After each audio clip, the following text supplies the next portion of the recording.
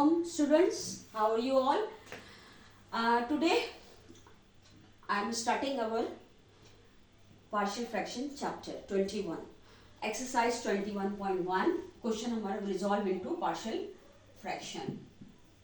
यानी हम शुरू कर देंगे कि partial fraction में हम कैसे resolve करते हैं, ठीक है?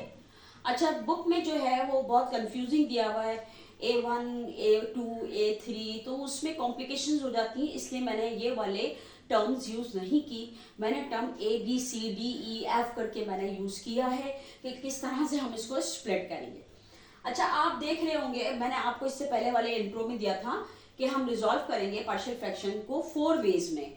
नंबर 1, हम क्या फाइंड करेंगे कि हमारा डिनोमिनेटर लीनियर हो। दूसरा, हम क्या फाइंड करेंगे कि लीनियर और रिपीटेड हो।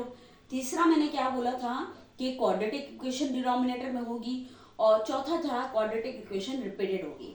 अच्छा, आप यहाँ मुझे बोलोगे कि भाई मिस यहाँ पे तो स्क्वायर नजर आ रहा है, ठीक है, ये तो डिनोमिनेटर में क्वाड्रेटिक है, लेकिन मैं समझ सकती हूँ। और आपको कैसे पता चलेगा? आपने फॉरेन ट्री के अंदाज में आपको देख के ही पता चल जाएगा कि this is the formula of A square minus B square. B आपका 3 है, यानी कि एक्स स्क्वायर माइनस 9 को हम किस तरह स्प्लिट करेंगे? ए स्क्वायर माइनस बी स्क्वायर, यानी कि ये एक्स हो गया तो definite A minus B, A plus B, ये हमारा फॉर्मूला है ना, ए स्क्वायर माइनस बी स्क्वायर, ए प्लस बी और ए माइनस बी, ये हमारा फॉर्मूला है, ठीक है ना। तो जैसे ही इसको मैं देखूंगी तो फौरन मुझे नजर आ जाएगा कि 9 का भी स्क्वायर बन रहा है और इसका भी एक्स का भी बन रहा है, तो definitely it will be split into A minus B, A plus B. तो ये जो है ये मैंने आपको सॉल्व करके बता दिया, हालांकि आपको देखते ही साथ ही अंदाजा हो जाना चाहिए। तो जैसे ही हम ये करेंगे तो एक x माइनस 3 हो जाएगा और एक x प्लस 3 हो जाएगा। अब इसको लेके हमने सारा काम करना है। अब डेफिनेटली देख लें आप, ये लीनियर बन गया, लीनियर भी है लेकिन रिपीटेड नहीं है, एक प्लस के साथ एक माइनस के साथ है, सेम वैल्यू रिपीट नहीं हो रही, ठीक है। तो अब इसको मैं इस तरह से स्प्लिट करूंगी, x माइनस 3, x प्लस 3, आप देख सकते हैं। सबसे पहले मैं जो है वो a चूज करती हूँ, उसके नीचे मैंने x माइनस 3 लिख दिया, x माइनस 3 लिख दिया। और दूसरा मैं चूज करती हूँ वेरिएबल b, x प्लस 3, ठीक है। मैं a1 a2 इस्तेमाल नहीं कर रही क्योंकि उसमें कंफ्यूजन हो जाएगी। आप a2 की वैल्यू मालूम करोगे, पता चला आपने a1 में पुट कर दी, a3 की वैल्यू मालूम कर रहे हो, आप पता चला a2 में डाल दिया, तो पूरा मैसिंग हो जाएगा और गुडमुड हो जाएगा। इसलिए मैं बुक को प्रेफर नहीं कर रही, मैं बहुत इजी वे में करवा रही हूँ कि एक को मैंने ए कह दिया, दूसरे को मैंने a2 की जगह b कह दिया, a3 की जगह c कह दिया, a4 की जगह d कह दूंगी, इस तरह से मैं काम करूंगी। अच्छा, अब आप ये देखिए कि फ्रैक्शंस के अंदर हमेशा जब हम एलसीएम लेते हैं, लाजमी सी बात है इन दोनों का एलसीएम होगा, तो इसका बहुत ट्रिकी और अच्छा तरीका है। फर्स्ट टाइम तो मैं करके दिखाऊंगी, फिर आपको फटाफट आप आ जाएगा। जो एलसीएम है, अब जाहिर है ये दोनों हमें ब्रैकेट जो है एलसीएम में लेने हैं। अच्छा, फ्रैक्शन के, अच्छा जो एलसीएम लेते हैं वो हर फ्रैक्शन से मल्टीप्लाई हो रहा है, ये दिमाग में रखिएगा। सपोज अगर मैं इसको x माइनस 3, x प्लस 3 बहुत छोटा छोटा लिख दूं, ये सिर्फ हमारे माइंड का है, ठीक है, ये हमारे माइंड में आपको समझाने के लिए कर रही हूँ। तो डेफिनेटली ये पूरा कैंसिल हो जाएगा, तो यहाँ पे सिर्फ 12 बचेगा। इसी तरह मैं इसको जब करूंगी कि x माइनस 3, x प्लस 3, ठीक है, जो भी एलसीएम होता है वो हर फ्रैक्शन से मल्टीप्लाई हो रहा होता है। तो ये सेम ब्रैकेट आप देखेंगे कि ये वाला और ये वाला ब्रैकेट कैंसिल हो जाएगा, ठीक है। यहाँ पे क्या बचेगा? a, x प्लस 3 बचा, ठीक है, फिर प्लस b, इसको भी मैं इसी तरह से मल्टीप्लाई करूंगी, x माइनस 3 और x प्लस 3, तो आप देखेंगे कि x प्लस 3 वाला कैंसिल हो गया और b के साथ कौन सा बचा? x माइनस 3, ठीक है।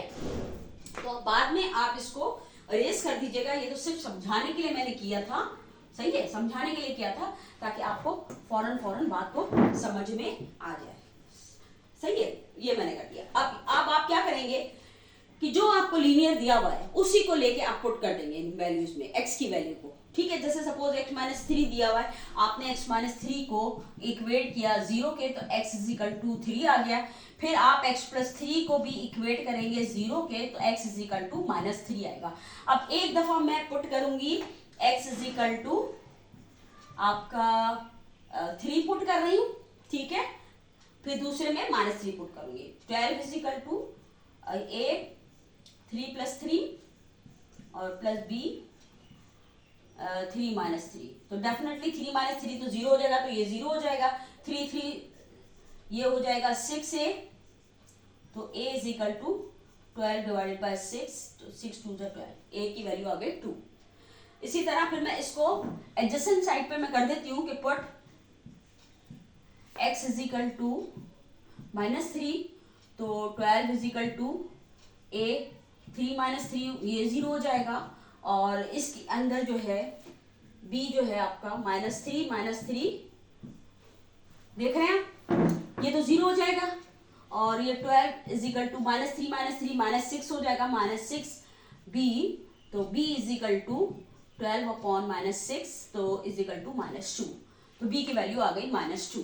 अब इसको इसके अंदर पुट कर देंगे, ये वाली मेन इक्वेशन है हमारी, ठीक है, ये हमारी मेन इक्वेशन है, इसको मैं इक्वेशन 1 का नाम दे देती हूँ, और ए बी की वैल्यू हमने इसके अंदर पुट कर देनी है, तो अब हमारे पास ये आ जाएगा 12 upon x minus 3 x plus 3 is equal to a जो है आपका आ गया 2 डिवाइडेड बाय क्या था एक्स माइनस 3, फिर प्लस, ठीक है। अब चूंकि b माइनस 2 है तो मैं डायरेक्ट इसको माइनस 2 के उसमें लिख देती हूँ, माइनस 2, और b का डिनोमिनेटर क्या है x प्लस 3, तो ये अब आपकी इक्वेशन स्प्लिट हो गई, और ये आपका आराम से काम हो गया, ठीक है। आप इसको देख सकते हैं, नजर आ रहा है सबको?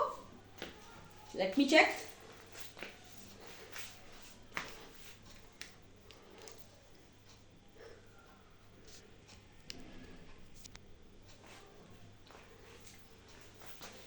तो आपको मैंने देखा कि पार्शियल फ्रैक्शन जो है बहुत इजीली रिजॉल्व हो गया, बहुत ही ट्रिकी अंदाज में, और इस तरह जब आप ए भी ले लेते हो ना तो आपको बहुत आसानी लगेगी। A1 A2 A3 में जो ना आप फिर बहुत कंफ्यूज हो जाओगे कि A1 आया था, A2 आया था, A3 आया था, और अगर आपने गलती से A2 की जगह आपने A1 लिख दिया तो सारा कुछ आपका मिसमैच हो जाएगा। तो वो सिमिलर मत लें, चेंज कर दें। तो A के नीचे x माइनस 3 था, b के नीचे x प्लस 3 था, b की वैल्यू माइनस 2 आई, ये आपका हो गया, ठीक है। इसी तरह मैं आपको सेकंड क्वेश्चन को डिफाइन करती हूँ, ठीक है।